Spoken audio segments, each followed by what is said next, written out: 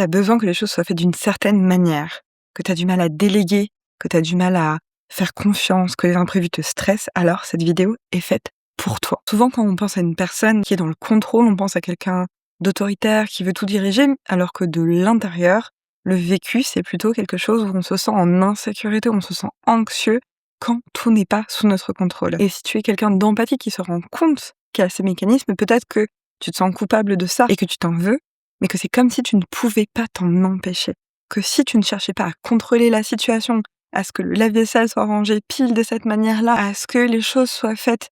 d'une manière qui te fait du bien, qui se fait te sentir que tout est sous contrôle,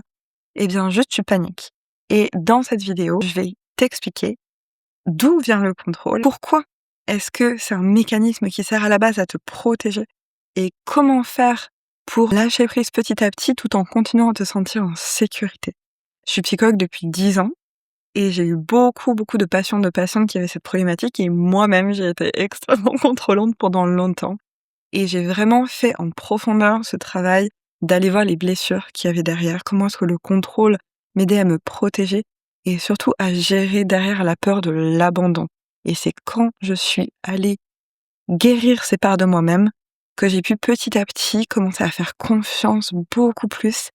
en les autres, mais tout simplement en la vie.